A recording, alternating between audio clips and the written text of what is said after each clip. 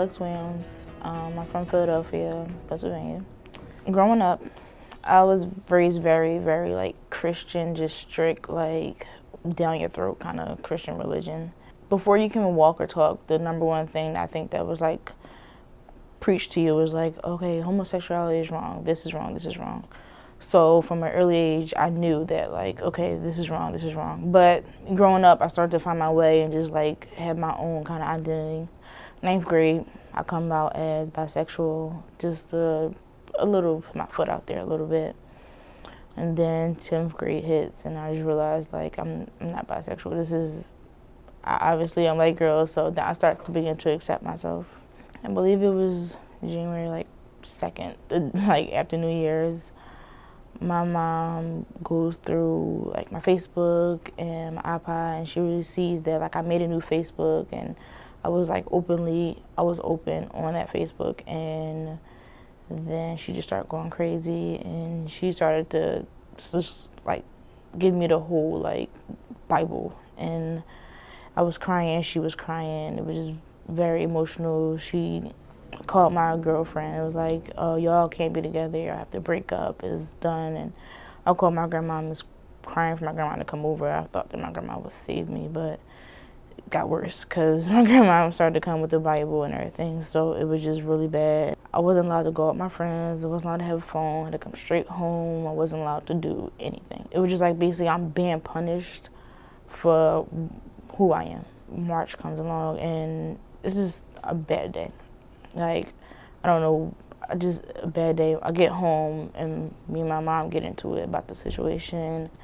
My mom sends me away to Belmont Psychiatric Ward. I love going there because I felt like it was like a break of everything. I didn't have to worry about anything, and it so happens that it was on like spring break or something, so I didn't have to worry about school.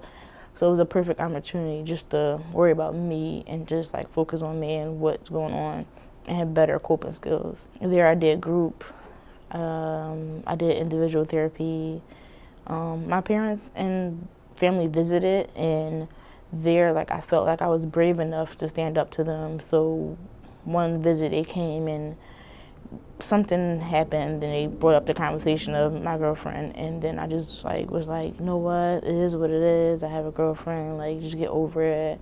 I am who I am. And it was just like a big fight. I ended up storming out and just like running out and going into my room and closing my door, and I was happy because they couldn't go back there because like basically, so I was like, well, I feel like I was protected. And then I was in there for about like I think almost 2 weeks, and I got out. I'm staying with my grandma currently, and my grandma isn't as bad as my mom, but my grandma, she's tried to be more understanding, and she's trying to be not as controlling as my mom. And that's a good thing, and I can live in that environment. I feel like with my mom, I can't live in that environment. And I mean, recently there has been like situations because recently I've come out as trans, but my family don't know that. My school does, and my friends does, and it's more like a support system. And my mom still has this controlling thing that she has. She tries to control every aspect of my life, even though I don't live with her or anything. So it's still like a daily struggle.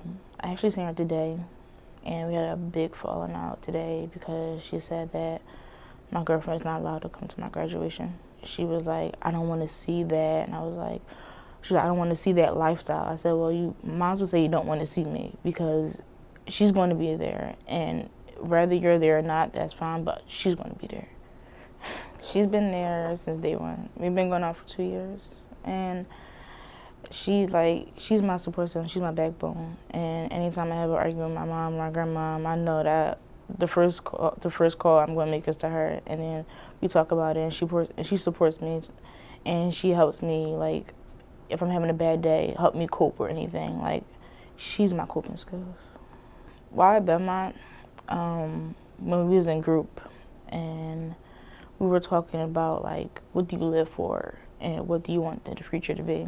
And then in that group, I just realized that because of who I am right now doesn't mean I have to cut my life short. and I realized that I just need to keep going, and no matter what, that I'm on this earth for a reason, and I'm this way for a reason, and I just wanted to live. I finally just wanted to live.